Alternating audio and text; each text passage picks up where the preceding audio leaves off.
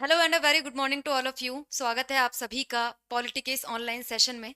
आज की क्लास में हम लोग डिस्कस करने जा रहे हैं एक नया topic that is preamble of the Indian constitution. अब से पहले की क्लासेस में हमने डिस्कस किया है कॉन्स्टिट्यूएंट असेंबली को, making of the Indian constitution को, भारतीय संविधान का निर्माण कैसे हुआ था, हमारे देश की संविधान सभा का गठन कैसे हुआ, कब हुआ, किस प्लान के अकॉर्डिंग हुआ, कितने लोग उसके अंदर थे, वो लोग कैसे चुने गए थे, किस तरीके से उन्होंने फिर संविधान का निर्माण किया, संविधान सभा ने किस तरीके से काम किया और कब तक काम किया। उसके बाद संविधान सभा को जो हमने भारत की अंतरिम संसद या फिर इंटरिम पार्लियामेंट के रूप में उसको चेंज कर दिया था, और वो भी हमने कब तक देखा, 1951-52 तक, जब तक कि हमारी स्थायी पार्लियामेंट गठित नहीं कर दी गई थी, हमारे आम चुनाव कंडक्ट नहीं हो गए थे।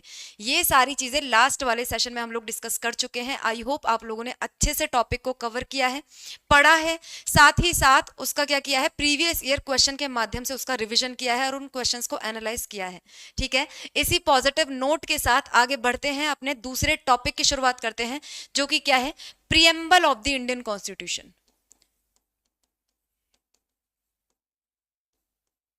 प्रीएम्बल या फिर हम इसको क्या बोलेंगे, भारतीय संविधान की प्रस्तावना। ठीक है, प्रस्तावना इंग्लिश में बोला जाता है प्रीएम्बल और हिंदी में बोलते हैं भारतीय संविधान की प्रस्तावना, जिसे परिचय पत्र या भूमिका भी बोला जाता है। देखो, जब हम सबसे पहले बात करें व्हाट इज प्रीएम्बल, तो जब हम कोई बुक स्टार्ट करते हैं तो मान लो कि ये कोई बुक है, बुक को आपने ओपन किया, ओपन करने के बाद उसका पहला पेज आया, पहला पेज आप देखते हो ना कि क्या होता है, उसमें राइटर्स नोट होता है, हर बुक के अंदर होता है। ठीक है, उसमें क्या होता है, राइटर्स नोट, राइटर्स नोट होता है, जिसके अंदर राइटर क्या बताता है कि इस बुक के अंदर क्या क्या लिखा गया है। इस बुक में मैंने जब मैंने लिखना शुरू किया था तो मैंने किस मानसिकता के साथ, किन लोगों को ध्यान में रखकर ये बुक को लिखना शुरू किया था, साथ ही साथ ये बुक मैं किसको समर्पित करता हूँ, ये सारी चीजें एक्सेट्रा एक्सेट्रा उसके अंदर लिखी हुई होती है। ठीक है, इस नोट को पढ़ के हमें पता चल जाता है कि हमें बुक के अंदर किस तरीके का कंटेंट देखने को मिलता है, किस तरीके का कंटेंट हमें देखने को बुक के अंदर मिलेगा, साथ ही साथ ये बुक किस सब्जेक्ट से, किस तरीके की ये बुक होने वाली है। ठीक है, तो इसी को ही हम क्या बोल सकते हैं, इंट्रोडक्टरी नोट बोल सकते हैं। इसको ही क्या बोल सकते हैं, इंट्रोडक्टरी नोट। ठीक है, ये क्या है, इंट्रोडक्टरी नोट है। तो इसी तरीके से जब हम यहाँ बात करें, ये तो कोई साधारण बुक हो गई, ये क्या है, हमारे कॉन्स्टिट्यूशन की बुकलेट है। कॉन्स्टिट्यूशन की बुक का भी जो फर्स्ट पेज आप देखोगे, पहला पेज, फर्स्ट पेज, उस पर आपको क्या देखने को मिलेगा, इंडियन कॉन्स्टिट्यूशन की प्रीएम्बल देखने को मिलेगी। अब जिस तरीके से राइटर्स नोट क्या काम कर रहा है, वो चीजें बता रहा है कि हमारा संविधान किस किस तरीके का होगा, हाँ, हमारा ये जो बुक है वो किस किस तरीके की होगी। इसी तरीके से प्रीएम्बल भी बताएगी कि हमारा संविधान किस किस तरीके का होगा, भारतीय राज्य किस तरीके का होगा, ये संविधान बनाने के पीछे ये जो बुक हम आगे पढ़ने वाले हैं इसके उद्देश्य क्या क्या है, हमारा जो इंडिया जो स्टेट है, इंडिया की प्रकृति कैसी है, भारत एक कैसा राज्य है, भारत एक कैसा राज्य है। ठीक है, पहली तो ये चीजें बताता है। इसके बाद भारतीय संविधान के उद्देश्य क्या है, या फिर भारत के उद्देश्य क्या है। ठीक है, ये संविधान बनाए जाने के पीछे क्या उद्देश्य है, भारत के क्या उद्देश्य है, भारतीय सरकार के, भारतीय संविधान के क्या उद्देश्य हैं, ये चीजें बताता है। भारतीय संविधान को अडॉप्ट करने की डेट क्या है, ये जो बुक हमने लिखी, इस बुक को हमने अडॉप्ट कब किया, ये चीज बताता है। तो ये कुछ कुछ चीजें हैं जो किसके द्वारा बताई जाती है, प्रीएम्बल के द्वारा बताई जाती है, जिसको पढ़कर हम बता सकते हैं कि आगे आने वाला जो कॉन्स्टिट्यूशन के 250 पेजेस हैं, 251 पेजेस का कॉन्स्टिट्यूशन हमारा। ठीक है, एक पेज यदि हम प्रीएम्बल का हटा दें तो हम देखेंगे कि ये जो 251 पेजों की बुक है वो किस तरीके की रहने वाली है, ये बात हमें प्रीएम्बल पढ़ के बहुत अच्छे से पता चल जाता है। ठीक है, तो ये क्या है, प्रीएम्बल का इंट्रोडक्शन हुआ। अब आपको समझ में आ गया होगा प्रस्तावना है क्या, प्रस्तावना मतलब सबसे पहला पेज, इंट्रोडक्शन, भूमिका, परिचय पत्र, ये सारे नाम हम किसको दे सकते हैं, प्रस्तावना को दे सकते हैं। ठीक है, समझ में आया, आगे बढ़ते हैं। अब देखो, प्रस्तावना की यदि आप हिस्टोरिकल बैकग्राउंड या फिर क्या समझना चाहो, ऐतिहासिक पृष्ठभूमि,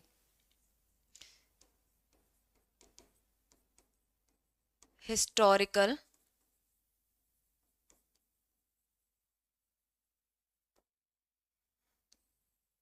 बैकग्राउंड या फिर क्या समझना चाहो, ऐतिहासिक पृष्ठभूमि। ये देखो, ये सारी चीजें जो हम पढ़ रहे हैं, देखो प्रस्तावना की परिभाषा मैंने इसलिए नहीं लिखी क्योंकि जब आपको पीपीटी मिलेगी ना तो उसमें आपको सारी चीजें रिटर्न फॉर्मेट में मिल जाएगी, तो आपको यहाँ पे सारी चीजें लाइन बाय लाइन लिखने की जरूरत नहीं है, वो टाइम वेस्ट होता है इसमें। यहाँ पे मैं आपको मोस्ट इंपॉर्टेंट चीज जिससे क्वेश्चन बनता है ना, प्रस्तावना की परिभाषा आपसे कोई नहीं पूछेगा, लेकिन वो कॉन्टेक्स्ट बनाने के लिए, कॉन्सेप्ट समझने के लिए जानना जरूरी है, ठीक है। तो यहाँ पे जो मोस्ट इंपॉर्टेंट चीज जिनसे क्वेश्चन बनते हैं उन्हीं को हम बोर्ड पे लिखेंगे, बाकी सारी चीजें आप रीड आउट कर सकते हो जाकर पीपीटी से, चाहे वो इंग्लिश हो चाहे वो हिंदी हो, ठीक है। बाकी यहाँ पे हम जो लिख रहे हैं वो क्या कर रहे हैं, हम नोट्स बना रहे हैं, ठीक है। नोट्स, शॉर्ट नोट्स हम इस पे लिखने की कोशिश कर रहे हैं, ठीक है। हिस्टोरिकल बैकग्राउंड मतलब कि ऐतिहासिक पृष्ठभूमि, प्रस्तावना का शुरुआत ओरिजिनेट कहाँ से हुई, कहाँ से हमने जैसे डिफरेंट डिफरेंट कॉन्स्टिट्यूशन के जो डिफरेंट डिफरेंट पार्ट है हमने डिफरेंट डिफरेंट कंट्रीज से बोरो किए हैं, ठीक है। भारतीय संविधान को क्या बोला जाता है, भारतीय संविधान के लिए बोला जाता है कि भारतीय संविधान क्या है, उधार का संविधान है। ऊपर ही लिखो क्या लिखा जाता है, भारतीय संविधान क्या है, उधार का संविधान बोला जाता है ना, क्या बोला जाता है, उधार का संविधान। मतलब कि जितने भी प्रोविजन भारतीय संविधान में है, कॉन्स्टिट्यूशन में है, उसमें से मैक्सिमम प्रोविजंस हमने कहां से बोरो किए हैं, अड़ोस पड़ोस की या फिर थोड़ी दूर की कंट्रीज से बोरो किए हैं, बट उन्हें हमने एज इट इज इंडिया के कॉन्स्टिट्यूशन में नहीं डाला है। उनमें इंडिया के माहौल के अकॉर्डिंग, इंडिया की सिचुएशन के अकॉर्डिंग हमने उनको क्या कर लिया, थोड़ा सा मॉडिफाई कर लिया और फिर इसको भारत के संविधान में डाला है, ठीक है। इस तरीके से ही प्रस्तावना की यदि बात की जाए तो प्रस्तावना का आइडिया भी कहां से अडॉप्ट किया गया है, आइडिया ऑफ द प्रियम्बल या फिर प्रस्तावना का विचार, idea of the preamble is taken from which country, किस कंट्री से लिया गया है, यूएसए से लिया गया है, ठीक है। Idea of the preamble, preamble हमने कहाँ पे देखा सबसे पहले, यूएसए के कॉन्स्टिट्यूशन में। उन्होंने भी पहले पेज पे ये सारी चीजें लिखी हुई थी कि हमारे संविधान में क्या क्या चीजें मिलने वाली है, तो ऐसे इंडिया ने बोला हम भी लिखेंगे हमारे संविधान में क्या क्या चीजें मिलने वाली है, उसका एक इंट्रोडक्शन हम पहले पेज पे लिखेंगे, उसका नाम क्या रखेंगे, प्रियम्बल, ठीक है। अब दूसरी चीज, आइडिया ऑफ द प्रियम्बल हमने यूएसए से ले लिया, लेकिन जो लैंग्वेज ऑफ द प्रियम्बल है, प्रस्तावना की भाषा शैली, लैंग्वेज,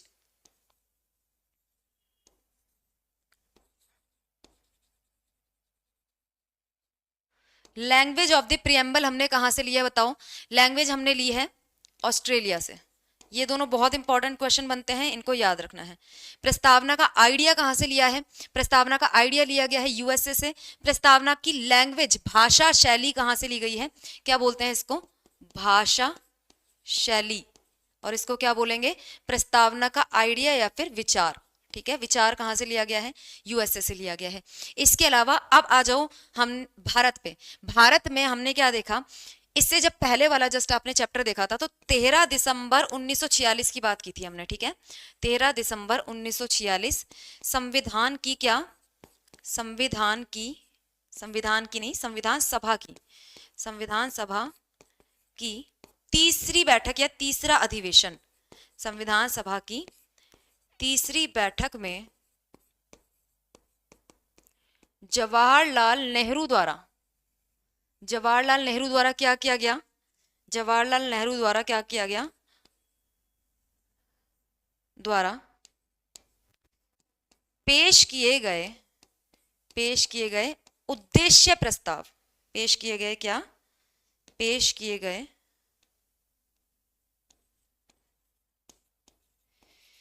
उद्देश्य प्रस्ताव, ठीक है। पेश किए गए उद्देश्य प्रस्ताव को ही कुछ परिवर्तनों के साथ, ये चीज हम पढ़ चुके हैं, ठीक है। कुछ परिवर्तनों के साथ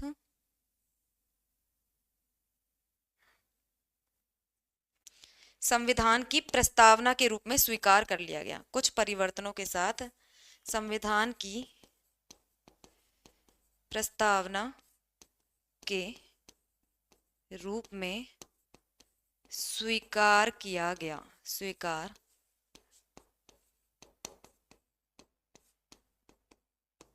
क्लियर है। तीन चीजें इसमें याद रखनी है, हिस्टोरिकल बैकग्राउंड में या फिर ऐतिहासिक पृष्ठभूमि में। तीन चीजें कौन कौन सी है? एक तो भारतीय संविधान को हम उधार का संविधान बोलते हैं, मतलब प्रस्तावना का आइडिया भी कहीं ना कहीं से लिया गया होगा। कहाँ से लिया था? यूएसए से लिया था। प्रस्तावना का आइडिया यूएसए से लिया है, लेकिन प्रस्तावना में जो लैंग्वेज, जिस तरीके से हमने रिप्रेजेंट किया है, जिस तरीके से शब्दों का इस्तेमाल किया है, जिस तरीके से भारत की जनता को संबोधित किया है, वो सारी चीजें जो सारी भाषा शैली है वो हमने कहाँ से लिया है? ऑस्ट्रेलिया से लिया है। साथ ही साथ प्रस्तावना, यदि भारत की बात की जाए तो प्रस्तावना किसने लिखी, किस तरीके से क्या क्या उसमें चीजें होनी चाहिए, वो किसने बताया? जवाहरलाल नेहरू का जो उद्देश्य प्रस्ताव था उसी को ही मोर और लेस थोड़ा बहुत मॉडिफिकेशन करके हमने क्या कर लिया? प्रस्तावना के रूप में स्वीकार कर लिया। जवाहरलाल नेहरू ने संविधान सभा की जो तीसरी बैठक हुई थी, पहली बैठक 9 तारीख को, दूसरी बैठक 11 तारीख को, तीसरी बैठक 13 तारीख को। बताइए, पहली बैठक में रिवाइज करो क्या पढ़ा था? पहली बैठक में 211 सदस्यों ने पार्टिसिपेट किया था। पहली बैठक में हमने अस्थायी अध्यक्ष सच्चिदानंद सिन्हा को नियुक्त किया था। ठीक है, ये दो मोस्ट इंपॉर्टेंट चीजें। और सच्चिदानंद सिन्हा को फ्रेंच प्रथा के अनुसार नियुक्त किया गया था, जो सबसे बुजुर्ग मेंबर थे उनको नियुक्त किया गया। दूसरी बैठक कब हुई थी? फिर दूसरी बैठक हुई थी 11 तारीख को। 11 तारीख को हमने संविधान सभा के स्थायी अध्यक्ष राजेंद्र प्रसाद को चुना था। इसके अलावा दो उपाध्यक्ष एच.सी. मुखर्जी और वीटी कृष्णामाचारी, उन दोनों को चुना था। संवैधानिक सलाहकार बी.एन. राव को चुना था। ठीक है, तीसरी बैठक 13 दिसंबर 1946, इसमें संविधान सभा में उद्देश्य प्रस्ताव पेश किया गया था। इस उद्देश्य प्रस्ताव में संविधान के क्या क्या उद्देश्य होंगे, भारतीय राज्य के क्या क्या उद्देश्य होंगे, हमारे लोगों को न्याय प्रदान करना, स्वतंत्रता प्रदान करना, बंधुता बनाए रखना सब लोगों के बीच में, ये कुछ कुछ उद्देश्य बताए गए थे, जो भी हम प्रियम्बल देखेंगे तो हमें पता चल जाएगा। ठीक है, उद्देश्य बताए गए थे। उस उद्देश्य प्रस्ताव को, उस ऑब्जेक्टिव रेजोल्यूशन को ही कुछ मॉडिफिकेशंस के साथ साथ हमारी प्रस्तावना के तौर पर स्वीकार कर लिया गया। ठीक है, तो ये बात हमने पहले भी पढ़ी थी और अब हमने इसको रिवाइज कर लिया। तो ये हो गया हमारे प्रस्तावना का क्या हिस्टोरिकल बैकग्राउंड। आगे बढ़ते हैं। ठीक है, नेक्स्ट देखो, अब नेक्स्ट चीज में आपको क्या समझना है? देखो, प्रस्तावना को हम लोग डिस्कस करें उससे पहले एक बार प्रस्तावना का टेक्स्ट देख लो कि हमारे प्रस्तावना में लिखा क्या क्या गया है। ठीक है, हमारी प्रस्तावना में लिखा क्या क्या गया है। हिंदी और इंग्लिश दोनों में मैं क्या करूंगी, कोशिश करूंगी कि जो हिंदी में लिख देती हूँ और मोस्ट इंपॉर्टेंट वर्ड्स है उनका मीनिंग इंग्लिश में लिख लेंगे। ठीक है, ऐसा कर लेंगे। प्रस्तावना का टेक्स्ट आप लोगों को क्या होना चाहिए? यदि उसको याद कर लोगे तो प्रस्तावना याद करने की जरूरत नहीं पड़ेगी, सारी चीजें अपने आप ऑटोमेटिकली सारे क्वेश्चंस सॉल्व हो जाएंगे। बस बेसिक वर्ड्स का हम मीनिंग थोड़ा थोड़ा समझ लेंगे।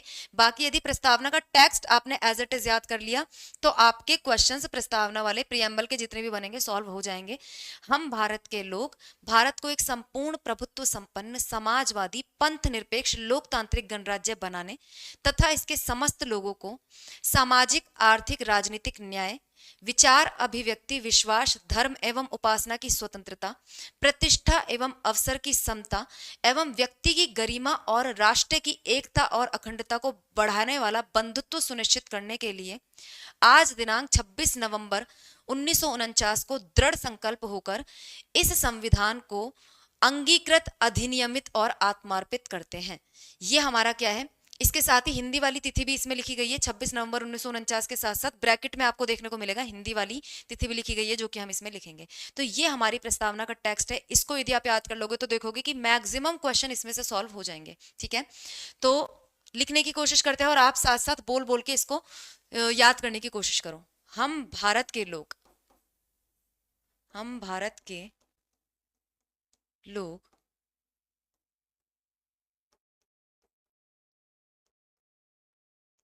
भारत को एक संपूर्ण प्रभुत्व संपन्न भारत को एक संपूर्ण प्रभुत्व संपन्न समाजवादी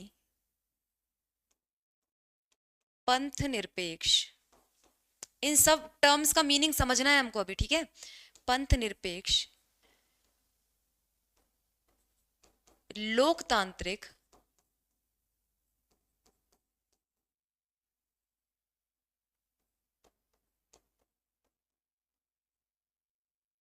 गणराज्य बनाने तथा इसके समस्त लोगों को तथा इसके समस्त लोगों को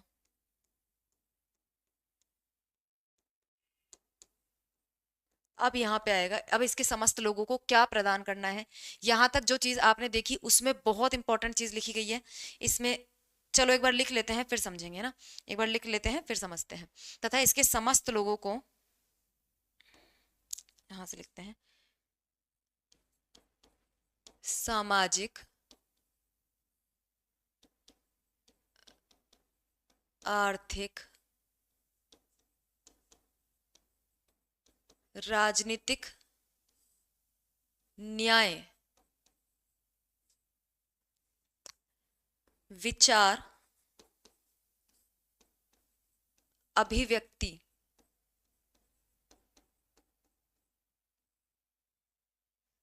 विश्वास,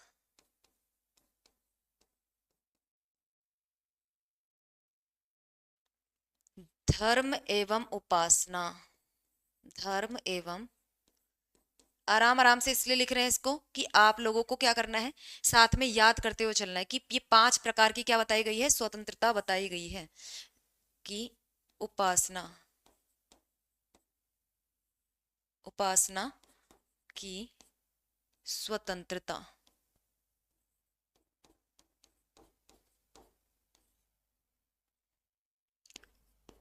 प्रतिष्ठा और अवसर की, प्रतिष्ठा एवं अवसर की समता,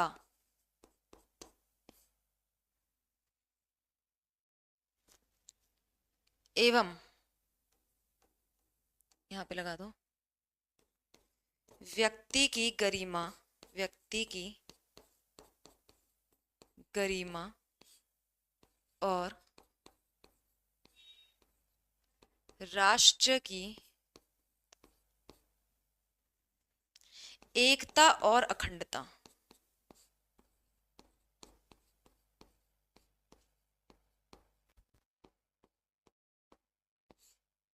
को सुनिश्चित करने वाला, सुनिश्चित करने वाला, सुनिश्चित करने वाला बंधुत्व। ठीक है, बंधुत्व यहां लिखा है, ठीक है, सुनिश्चित करने वाला बंधुत्व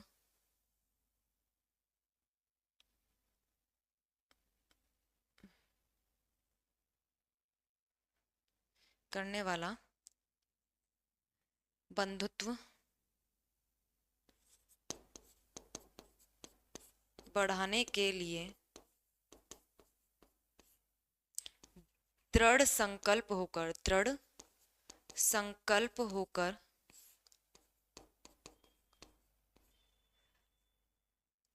आज दिनांक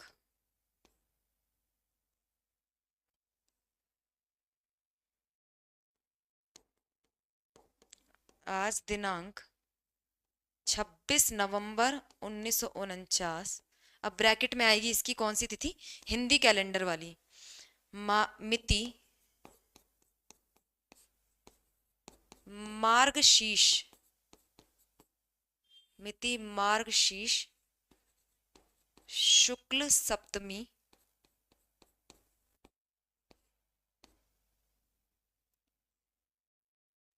सप्तमी संवत 2006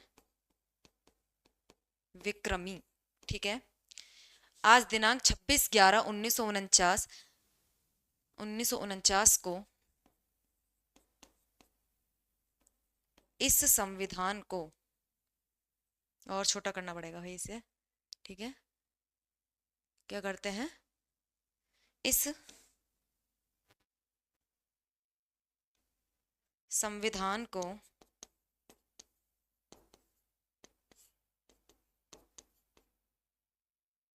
दृढ़ संकल्प होकर आज दिनांक 26/11/1949 को इस संविधान को अंगीकृत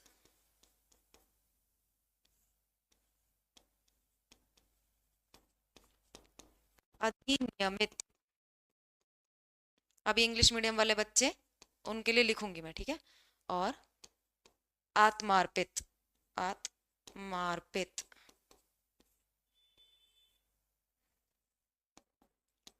करते हैं। ठीक है, अब देखो इसमें से जो मोस्ट इंपॉर्टेंट वर्ड्स हैं वो क्या क्या हैं। अब इनमें से कीवर्ड आप क्या करो, हाईलाइट करना शुरू करो। हम भारत के लोग, सबसे पहला क्वेश्चन, एक दो, चलो पहले एक बार क्या कर लेते हैं, इंग्लिश वाले बच्चों के लिए इंग्लिश में भी लिख देते हैं। फिर उसके बाद क्या है, एक संपूर्ण प्रभुत्व संपन्न समाजवादी, ठीक है, एक संपूर्ण प्रभुत्व संपन्न समाजवादी पंथ निरपेक्ष लोकतांत्रिक और गणराज्य।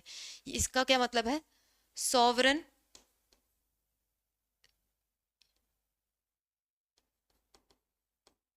Sovereign socialist, secular, democratic Republic. ठीक है, ये क्या हो गया, इन 5 वर्ड्स का मीनिंग हो गया जो सबसे इंपॉर्टेंट है। उसके बाद 3 टाइप का जो क्या है जस्टिस है, यहाँ पे 3 टाइप का जस्टिस दिखाई दे रहा है। न्याय क्या है, जस्टिस, ये देखते जाओ कितने टाइप का है जस्टिस, 3 टाइप का है, सोशल, इकोनॉमिक और पॉलिटिकल। ठीक है, जो हमारी स्वतंत्रता है या फिर लिबर्टी है या फिर फ्रीडम है, लिबर्टी 5 टाइप की है। ठीक है, thought, expression,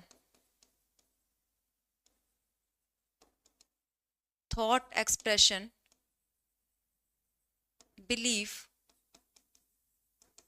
faith and worship. और इसके अलावा जो समता है, समता हमारी 2 तरीके की है, इक्विटी या फिर इक्वालिटी, इसको दोनों बोल सकते हो।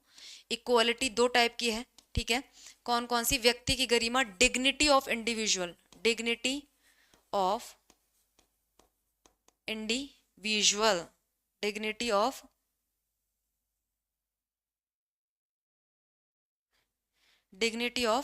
इंडिविजुअल, व्यक्ति की गरिमा, राष्ट्र की एकता अखंडता, unity and integrity of nation, unity and integrity of nation, integrity of nation. ठीक है, unity and integrity of nation. Equity 2 type की हो गई। अब ये बंधुत्व जिसकी हम स्वतंत्रता 5 टाइप की, समता 2 टाइप की और बंधुत्व 1 प्रकार का, डिग्निटी, अच्छा इक्वालिटी मैंने बंधुता की जगह इसमें लिख दिया बंधुता का। ठीक है, ये क्या है हमारा, 1 मिनट रुको, बंधुता के बारे में लिख दिया। इक्वालिटी, 1 सेकंड रुको, इक्वालिटी कितनी टाइप की, इक्वालिटी 2 टाइप की, स्टेटस और क्या है, अपॉर्चुनिटी। ठीक है, इक्वालिटी 2 टाइप की, प्रतिष्ठा और अवसर की समानता, स्टेटस और अपॉर्चुनिटी। ठीक है, इसके बाद बंधुत्व जो हमारा क्या आएगा, फ्रेटर्निटी, फ्रेटर्निटी कितने टाइप की, 1 टाइप की, 1 टाइप की है लेकिन उसके 2 भाग हैं। बंधुता हमें सुनिश्चित करनी है, बंधुता क्या क्या चीज काम करेगी, एक तो डिग्निटी ऑफ द इंडिविजुअल बनाए रखेगी। ठीक है, एक ही तीर लगाओ इसमें जिससे कहीं कंफ्यूज ना कर लो। ठीक है, बंधुता 1 ही टाइप की है, dignity of the individual, dignity of individual and unity and integrity of nation. ठीक है, unity and integrity of nation, बंधुत्व क्या 1 प्रकार का, तो न्याय 3 प्रकार का, स्वतंत्रता 5 प्रकार की, समता कितने प्रकार की, 2 प्रकार की और बंधुत्व 1 प्रकार का। ये हमारे संविधान में दिया गया है। इंग्लिश में भी लिख लिया, साथ साथ ये भी देख लिया कि कितने कितने टाइप के हैं। इसके बाद बढ़ाने के लिए दृढ़ संकल्प होकर आज दिनांक, डेट क्या लिखी गई है, डेट इंग्लिश वाले बच्चों के लिए सिमिलर ही रहेगी, डेट क्या है 26 नवंबर 1949 लिखी गई है। ठीक है, 26 नवंबर 1949। ठीक है, इसके बाद हिंदी वाली डेट इंग्लिश वाले बच्चों को भी याद करनी है। मिति मार्गशीर्ष शुक्ल सप्तमी संवत 2006 विक्रमी, विक्रम संवत 2006 और मार्गशीर्ष महीने की शुक्ल पक्ष का सप्तमी दिन। ठीक है, ये याद करनी पड़ेगी। थोड़ी आपके लिए थोड़ी क्या हो सकती है, टफ हो सकती है, लेकिन कुछ नहीं है, रटना पड़ेगा। ठीक है, तो इस चीज को रट लेना। और इस संविधान को अंगीकृत, अधिनियमित और आत्मार्पित करते हैं। डेट दी गई है 26 नवंबर 1949। और ये 3 वर्ड्स बहुत इंपॉर्टेंट है। ये क्या है? 3 वर्ड्स क्या दिए गए हैं? अडॉप्ट, इनैक्ट, यहीं पे लिख लेते हैं। ठीक है, ये 3 वर्ड कौन कौन से हैं? अडॉप्ट, इनैक्ट और गिव टू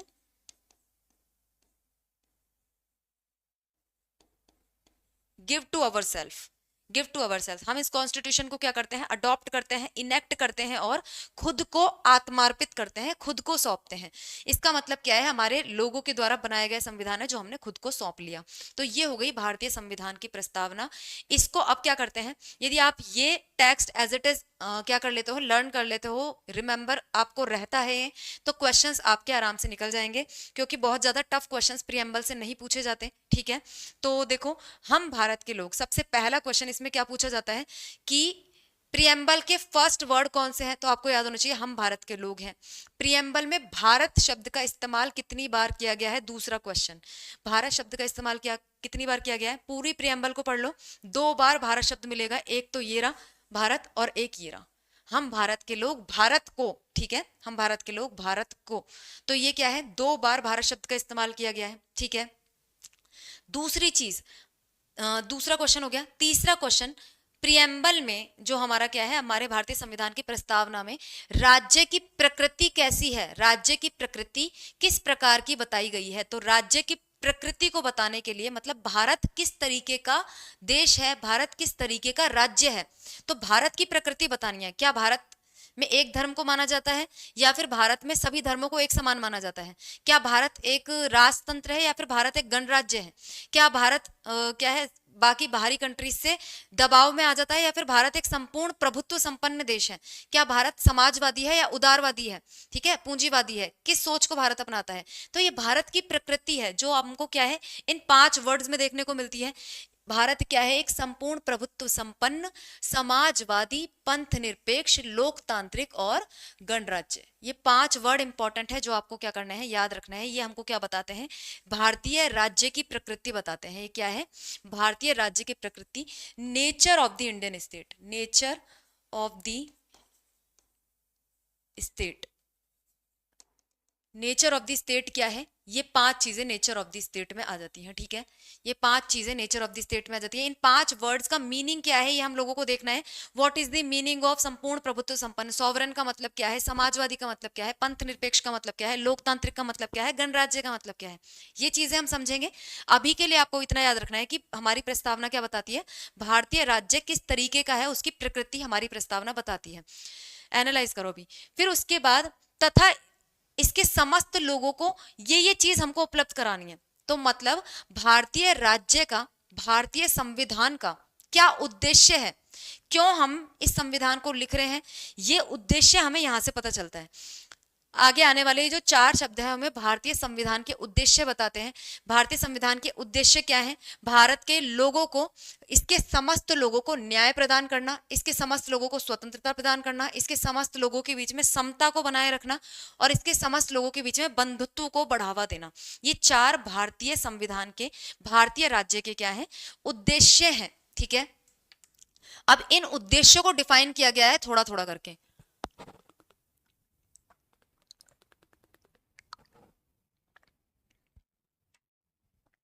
ठीक है, अब ये उद्देश्य जो बताए गए हैं, न्याय, स्वतंत्रता, समता और बंधुता, ये उद्देश्य में पहला उद्देश्य देखो, न्याय बताया गया है। हमारे लोगों को हमें क्या प्रदान करना है? जस्टिस प्रोवाइड करवाना है। जस्टिस कितने टाइप का? 3 टाइप का जस्टिस है, पूछा जाता है, याद रखना है। ठीक है, 3 टाइप का जस्टिस है, सामाजिक, आर्थिक और राजनीतिक न्याय, मतलब कि सोशल, इकोनॉमिक और पॉलिटिकल जस्टिस। ठीक है, सोशल, इकोनॉमिक और पॉलिटिकल जस्टिस का क्या मतलब है, ये हम समझेंगे। अभी के लिए आप याद रखो कि जस्टिस क्या है, 3 टाइप का बताया गया है, सामाजिक, आर्थिक, राजनीतिक न्याय। 5 प्रकार की क्या बताई गई है? स्वतंत्रता हमारे लोगों को प्रोवाइड करनी है, ये हमारे संविधान का, हमारे भारतीय राज्य का उद्देश्य है। विचार की स्वतंत्रता, अभिव्यक्ति की स्वतंत्रता, विश्वास की स्वतंत्रता, धर्म की स्वतंत्रता, उपासना की स्वतंत्रता। लोग अपने विचार प्रकट कर पाए, लोग अपने आप को अभिव्यक्त कर पाए, जो उनके विश्वास है, जो उनका धर्म है, उसे वो मान पाए, और उस धर्म के अकॉर्डिंग उपासना करने की स्वतंत्रता, मतलब वो अपने धर्म का आचरण भी कर सकें। ये चीज क्या है, इस चीज की स्वतंत्रता लोगों के पास होनी चाहिए। तो भारतीय राज्य को ये काम करना है, ठीक है। तीसरी चीज समता या फिर इक्वालिटी को बनाए रखना, इक्विटी को बनाए रखना। ये क्या है, प्रतिष्ठा और अवसर की समता। सभी लोगों का स्टेटस, बीट वो बहुत ज्यादा रिच हो, बीट वो बहुत ज्यादा पुअर हो, स्टेटस को देखते हुए हमें उनको तोलना नहीं है। ऐसा नहीं है कि किसी मॉल में जा रहे हैं, मॉल में जाने के लिए किसी गरीब या फिर पुअर व्यक्ति को तो मना कर दिया गया क्योंकि वो दिखने में गरीब लग रहा है, दिखने में पुअर दिखाई दे रहा है, और किसी अमीर व्यक्ति को जिसने कपड़े अच्छे पहने हैं उसे अंदर घुसने दिया गया। तो ये क्या है, समानता का उल्लंघन है। तो स्टेटस और अपॉर्चुनिटी, सभी को इक्वल अपॉर्चुनिटी मिले, सभी का जो जो स्टेटस है या फिर हम क्या बोल सकते हैं, प्रतिष्ठा। ऐसा नहीं है समाज में क्या हो, प्रतिष्ठा की समता को समझो। ऐसा नहीं हो समाज में एक सेक्शन, तो जो ऊपर वाला सेक्शन है वो तो बहुत ज्यादा रिच हो जाए, नीचे वाला सेक्शन है वो बहुत ज्यादा क्या हो जाए, पुअर हो जाए, ठीक है।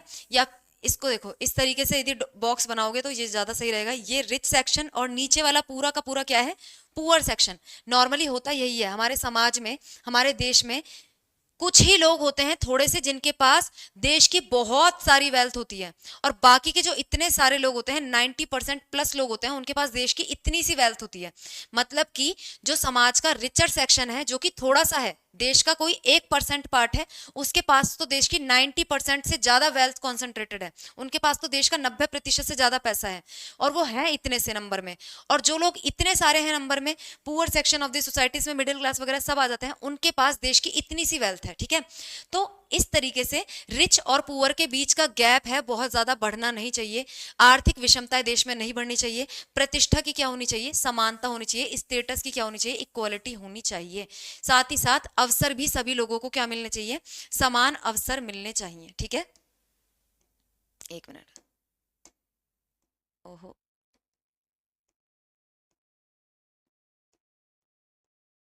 नहीं हो रहा है अब, ठीक है कोई बात नहीं। अ,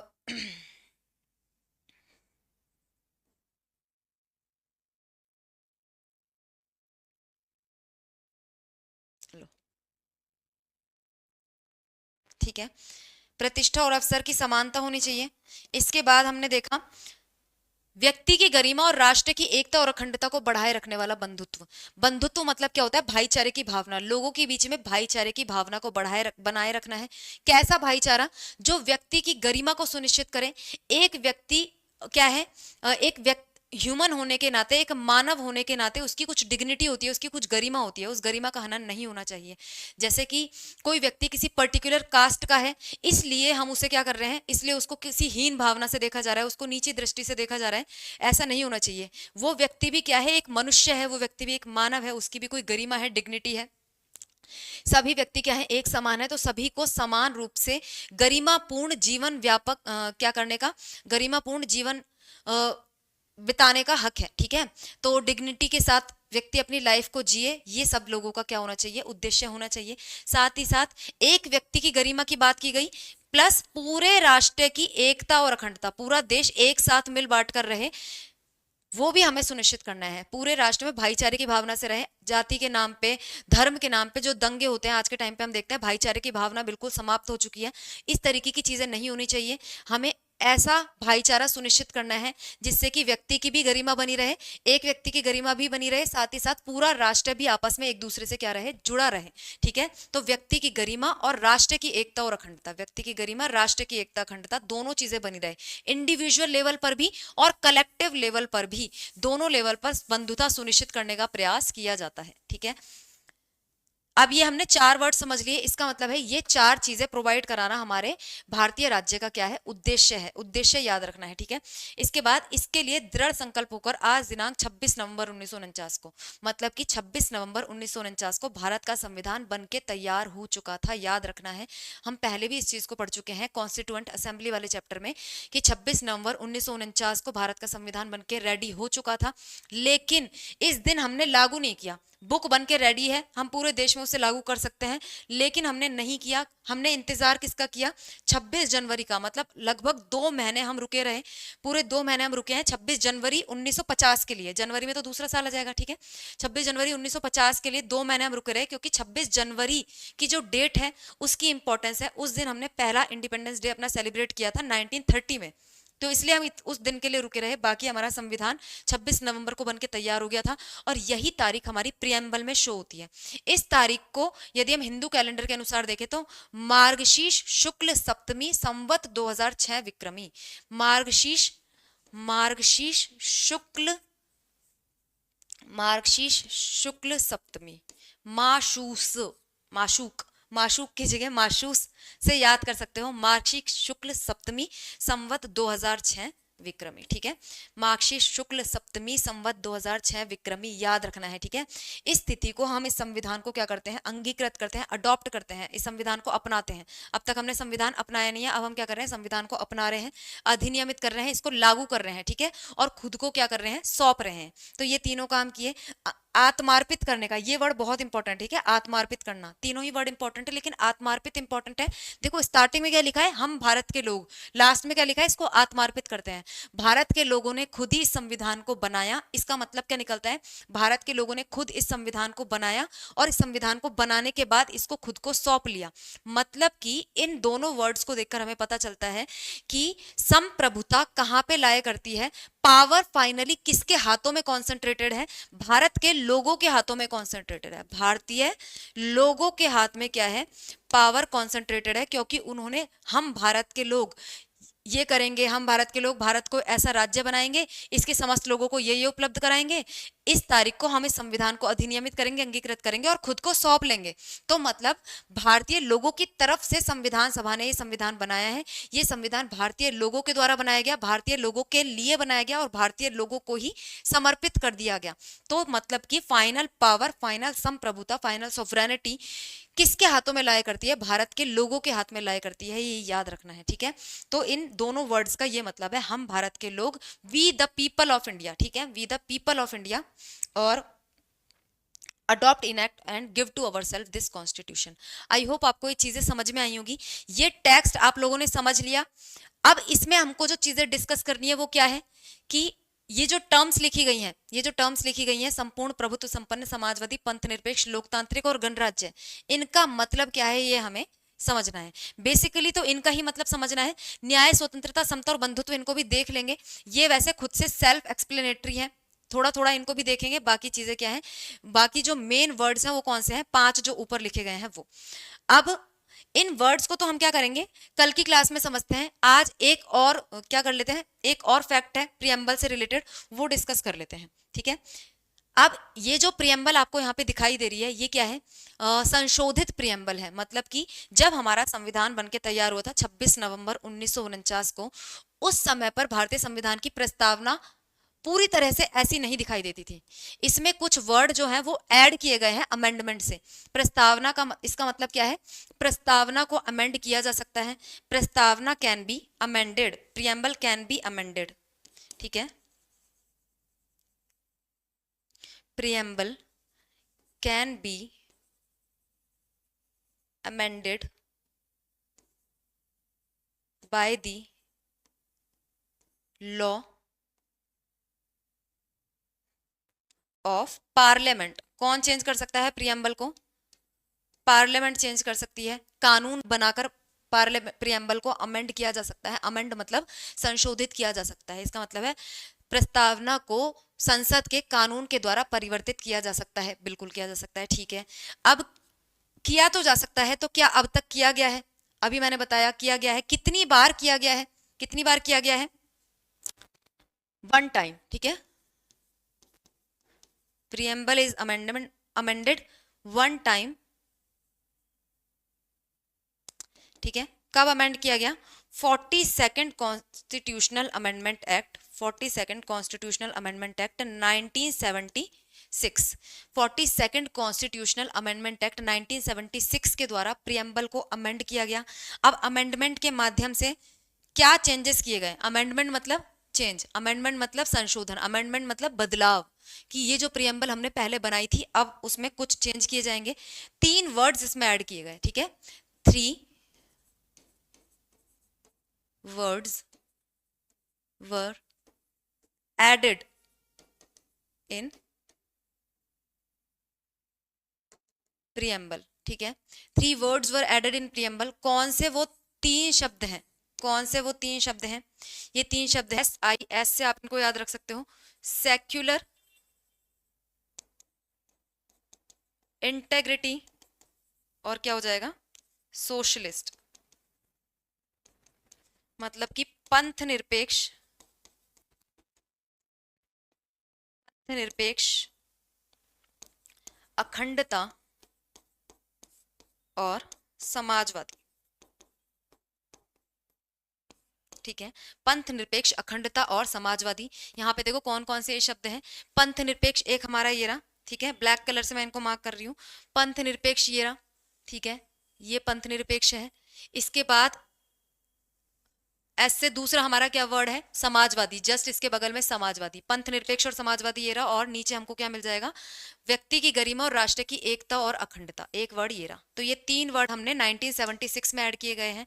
1976 में से पहले ये 3 वर्ड्स हमारी प्रियम्बल में नहीं थे, ये याद रखना है, ठीक है। तो एक बार प्रियम्बल को टोटली अमेंड किया गया है, इस चीज को याद रखना। और आज के लेक्चर में इतना ही रहने देते हैं। इसके बाद जो हम लेक्चर डिस्कस करेंगे उसमें प्रियम्बल में लिखे गए टर्मिनोलॉजीज को डिफाइन करेंगे, डिस्कस करेंगे एक एक करके कि उनके मीनिंग क्या है, क्योंकि उनकी मीनिंग से भी कई बार क्वेश्चन पूछ लिए जाते हैं। जैसे कि गणतंत्र है तो गणतंत्र शब्द का क्या मतलब है, ठीक है। संपूर्ण प्रभुत्व संपन्न है तो इस वर्ड का क्या मतलब है, ठीक है। तो कुछ क्वेश्चंस इससे भी पूछे जाते हैं, तो इस चीज को भी हमें याद में रखना है। आगे आने वाले लेक्चर में इसको डिस्कस करेंगे। अभी के लिए आपने जितना पढ़ा है उसे रिवाइज करते रहिए। Thank you very much for your patience. Have a wonderful day.